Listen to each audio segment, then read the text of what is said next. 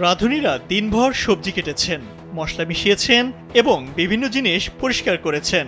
এরপর ৪ মিটার লম্বা ও ২ মিটারের বেশি প্রস্থের একটি পাত্রে ঢালা হচ্ছে সব সবজি, পেঁয়াজ, মশলাসহ সব উপকরণ।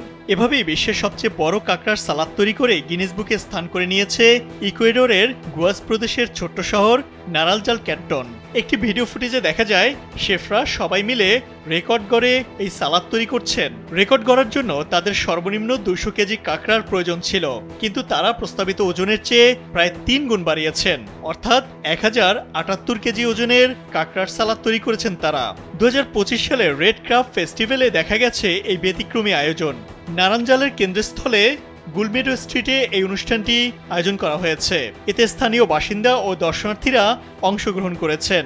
বিশাল পাত্রে তৈরি করা এই খাবার প্রতি প্লেট ৬০০ টাকা করে প্রায় ৫০,০০০ প্লেট পরিবেশন করা হয়েছে, যাতে তাদের উপার্জন হয়েছে ৩ কোটি টাকা।